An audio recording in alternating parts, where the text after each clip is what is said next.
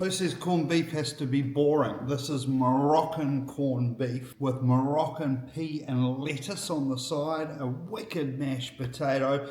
There's loads of sauce in under there. Okay, let's get this show on the road. Season your meat, salt and pepper, saute it off, onions, garlic, carrots and celery in after you've sealed your meat off and taken it out. Some tomato paste, give it a stir up, about 3 to 5 minutes. On the heat, a whole can of tomatoes, skin off some water in there. But now the magic, the beef stock concentrate. Now you've got stock in there, right? That is the key. That's the magic that's going to really bring the sauce together after the meat is cooked in there. We're going to grate some orange zest in because we're doing Moroccan, right? Check out that grater, $35 off the bundle if you order online. From us, you get the Moroccan seasoning, you get the stock, and you get that grater. That grater is normally 55 bucks. You can grate everything in there. Did you see the Moroccan seasoning going in?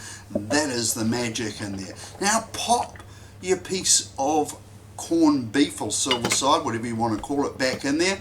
And if it's poking out the top, I just throw a little bit of Moroccan seasoning on top there. That's an extra, but if yours isn't poking out, don't worry about it because you've already got the Moroccan seasoning in there. Some apricots, I've cut them in half. They're just dried, lid on. The oven's heated at 160 degrees. And look what happens after 3 hours. There's all the sauce. There is that corned beef, and I want to serve it with the peas and the lettuce, right? So I've got some butter in there, some Moroccan seasoning, cracked pepper in the pan. I'm getting the peas into salted boiling water. Don't you love those plates? That's the Moroccan seasoning I used in there. Those plates are all from Briscoe's, so's the pan actually.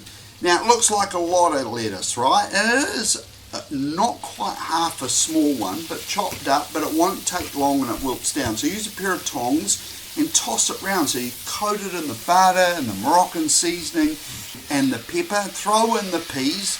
They'll be well seasoned from the salty water. Make sure you've got plenty of salt in the water. Now, toss that all through the lettuce and you are good to go. Serve it with anything. It's delicious. Underrated cooking lettuce. There's the corned beef. And it's been sitting out for about 10 minutes. So it's rested and there is all the sauce, which is thick and yummy. Got the mashed potato. Cut your corned beef across the grain and you can see it's still hot. You can see it steaming there. It's been sitting out for 10 minutes and that's resting it. That's important. Lay your sliced corned beef over the top. Throw some parsley, spring onion, whatever you like, whatever you can steal from your neighbour's garden.